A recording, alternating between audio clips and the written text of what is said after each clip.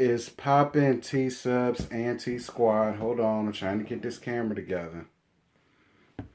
Girl, I'm sitting up in here all disheveled. So, y'all already know what tonight is. It's Thursday, and I just got finished watching Growing Up Hip Hop Growing Up Hip Hop. I almost said Growing Up Hip Hop Atlanta. Growing Up Hip Hop. And as y'all know, I was all here for it. So let's just jump right on down into it. Like, comment, share, most importantly, subscribe. Be sure to hit the bell, become the notification gang. And if you really rock with my channel, like y'all say y'all do, definitely make sure to watch those ads. So this is season 5, episode 21, A Treacherous Heart. So Egypt goes to see Treach and Tehran to talk about what happened between her and Brianna. Treach wasn't hearing none of what Egypt had to say. She says that Brianna has been pushing her time and time again, and she got tired of it. Treach says that from what he heard from other people that was there that saw what happened, he was being a cheerleader. And he absolutely was. You know what? I give Treach a lot of flack, but one thing I am going to say is that he ain't no dumb bunny when it comes to his little ass daughter. He like, listen, I understand that's your man's that you're going to take up for him, but from what I'm hearing and how everybody else has the same story, not to mention they have him on camera being a cheerleader girl. All he needed was the plaid skirt and the pom-poms. Like, what more evidence do you need that he's just not the one for you? I still feel like she's consciously choosing to be a neurotic moron to prove something to everybody in her life. But the only thing that she's going to prove is everybody right.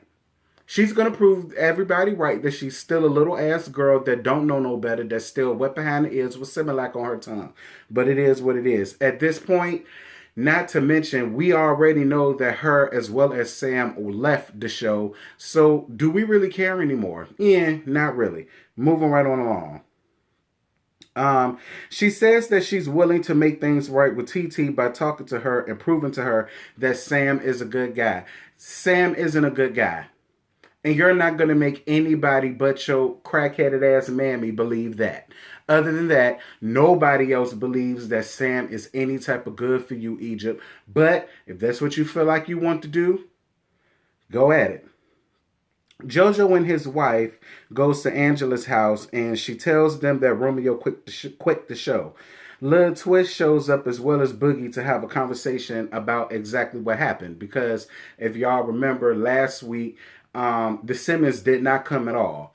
And Lil Twist did not come at all. And I don't blame them for not coming. Boogie says that Romeo feels like the show was taken away from his image and spinning things in a negative way.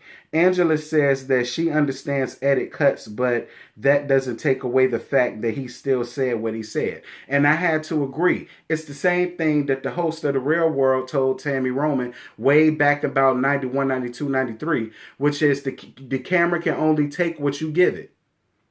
I tell people all the time, it be them confessionals that'll get a bitch fucked up. So at the end of the day, it's still confusing me as to how Romeo somehow is the victim in all of this. And then another thing that got me, when they showed the clip of him being on the Breakfast Club, talk about he's the most highest paid there on the network. And I said, daughter, with whose money? Because the only money that I'm more than sure that you getting is them little residuals from that little tight ass scene that you had with Empire, X on the beach, and I don't know who the hell watching that, girl. Girl, don't nobody check for MTV no more, especially now that Wild 'N Out is on VH1. So I'm more than sure you're not seeing that many residual checks from that show. And then you have this show here. So I mean, you know, unless you talking about businesses that your daddy started to hand down to you, girl, that don't count. Anyway, because I'm just not here for Romeo sitting here treating these people like they're common. I'm confused. All of y'all are rich kids that came from rich and successful parents. So anyway, all I got to say is I couldn't have been no growing up hip hop because I would have been kicked my size 10.5-inch foot so far up Romeo's ass it would have took 4 tow trucks to pull it out. Egypt called Sam while he was in New York. Girl, he claiming that he working on some music video and meeting with some music executives. In my opinion, he just walking the whole stroll and putting his footprints on ceilings because the block got hot over there down to the West Coast. So he had to come over here to the East, well, up north, to really get his life in order, if you know what I mean by that. And she tells him about the talk that she had with her dad. He says that her dad can be mad if he wants to, like he's supposed to be scared of him, but then turns around in the confessionals saying that he is scared and that, he doesn't know what Treach is going to say to him. And that's everybody's problem with Sam. You don't go hard like that. Stop trying to act like you do. Stop trying to act like you do. You don't go hard. You're not that nigga out here. Like, stop trying to act like, listen, if you just come up here and play pussy because that's what you are, I could have more sympathy for you. But I can't stand when dudes sit around here acting like they're just the original Dundada and they out here just Kimbo slicing people out here on the street when we all know that that's the furthest from the truth. And what you mean if her dad is mad, he's just mad? Are you kidding me? That right there shows me exactly how you really feel about Egypt, as well as Salt, as well as Treach, and you yet again proven why nobody likes you and wants you around. Moving right on along. Vanessa goes to see TT and they have a conversation. TT says that she really wants a ring because she never expected to be unmarried and pregnant. Don't we all feel that way? And Vanessa talks about her weight gain problems, and TT lets her and everybody else know that she had an eating disorder. Never knew TT had an eating disorder, and I tell y'all all the time, I think Vanessa is absolutely stunning. I think she's absolutely beautiful, and she's the size that she's meant to be.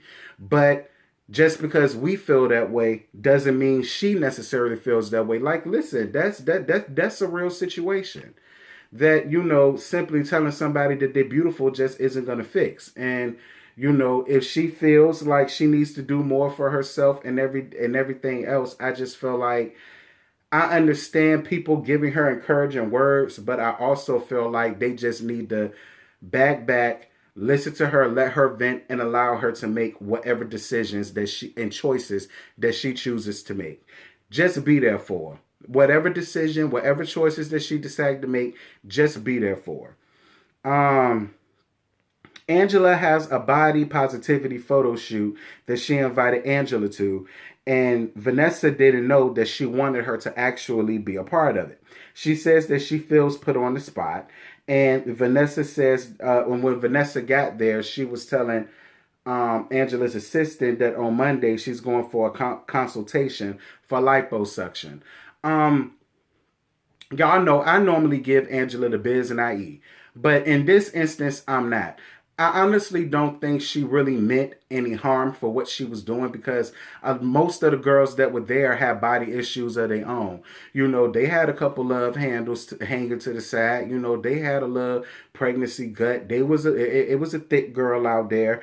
And I think what she was trying to do was to show Vanessa that even though you feel that way and you feel disgusting right now, there's no reason for you to feel that way. You could just love the skin that you're in.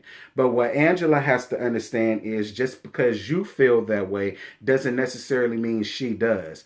And, in my opinion, I just think the both of them need to just talk and hash it out. I don't think it needs to come in between them or it be made into a great big thing. You know what I mean? Moving right on along.